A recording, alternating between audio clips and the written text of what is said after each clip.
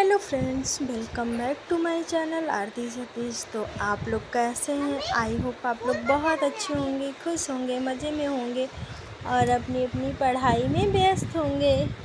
तो फ्रेंड्स, ये है मेरे हरतालिका तीज वाले दिन का ब्लॉग है। तो फ्रेंड्स, ये देखिए आप लोग, यहाँ पे हो गई थी पूजा की सारी तैयारियाँ और पूजा स्टार्ट होने वाली थी। सब कुछ हो गया था। यहाँ पे अभी कथा नहीं शुरू हुई थी। यहाँ पे मैंने सब कुछ चढ़ा दिया था, गौरी मैया को, बाबा भोलेनाथ को सब कुछ चढ़ा दिया था। फल फ्रूट जो भी हम लोगों के यहाँ ठकुआ बनता है, मठरी बनती है, गुजिया बनती है, बहुत सारी चीज़ें। और ये देखिए फ्रेंड्स, मेरा फाइनल लुक कुछ इस तरीके का है। मैं रेडी होके आ गई थी। अभी मैंने फिर सब कुछ चढ़ा वढ़ा दिया था। कथा करनी थी। कथा मेरे हस्बैंड मुझे सुनाते हैं। वो हमेशा से मैं और मम्मी जी रहते हैं व्रत, तो कथा वही सुनाते हैं। इस बार मेरी सासू माँ नहीं थी घर पे, वो अपने मायके गई हुई हैं। उनका कुछ काम है वहाँ पे, इसलिए वो वहाँ पे रुकी हुई हैं। तो फ्रेंड्स, ये है मेरा फाइनल लुक। मैं ऐसी रेडी हुई थी फ्रेंड्स, तो ये देख लीजिए आप लोग। तो यहाँ पे मैं रेडी होके बैठ गई थी। मैं अपने हस्बैंड का इंतज़ार कर रही थी कि वो आएंगे। तो मैंने पूजा बाकी और चीज़ें हो गई थी, वो आएंगे तो मुझे कथा सुनाएंगे बाबा भोलेनाथ की। और यहाँ पे ये देखिए, मैंने कहा थोड़ी सी क्लिप और आप लोगों के साथ। ऐसे कुछ इस तरीके से जो है बाबा भोलेनाथ का ये सजाया गया था मंडप, कुछ इस तरीके से। हर बार आंगन में होता है, लेकिन बारिश का टाइम था ना, तो बारिश कभी हो रही थी कभी नहीं हो रही थी, तो इसलिए कमरे में ही सजाया गया। तो कुछ इस तरीके से फ्रेंड सजा हुआ था।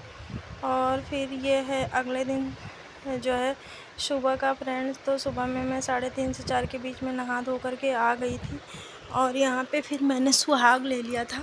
और मेरे यहाँ सुहाग मायके की साड़ी, सुबह सुहाग जब लेते हैं तो मायके की साड़ी पहन करके लेते हैं। तो वही मैं नहा धो करके मायके की साड़ी पहन करके आ गई थी फ्रेंड्स। तो यहाँ पे मैं हमेशा तीज पे नई साड़ी, नया पायल, नया बिछुआ अक्सर हो पाता है जितना मैं उतना करती हूँ, पहनती हूँ। और फ्रेंड्स, ये फिर जो है मैं सुहाग वहाग लेकर के बैठी थी। ये देखिए आप लोग, सारा सामान जो रात को चढ़ाया गया था, सुहाग वहाग का श्रृंगार का सामान सब कुछ वो रखा हुआ था।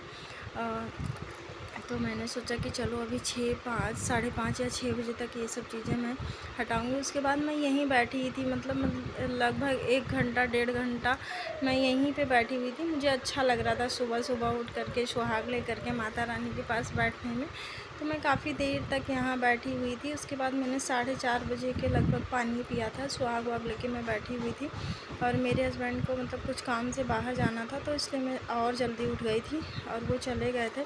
तो फ्रेंड्स, ये जिस दिन मैंने पारण किया था बुधवार को, ये बृहस्पतिवार का वीडियो था। थोड़ी सी क्लिप मैंने शूट कर ली थी सुबह की।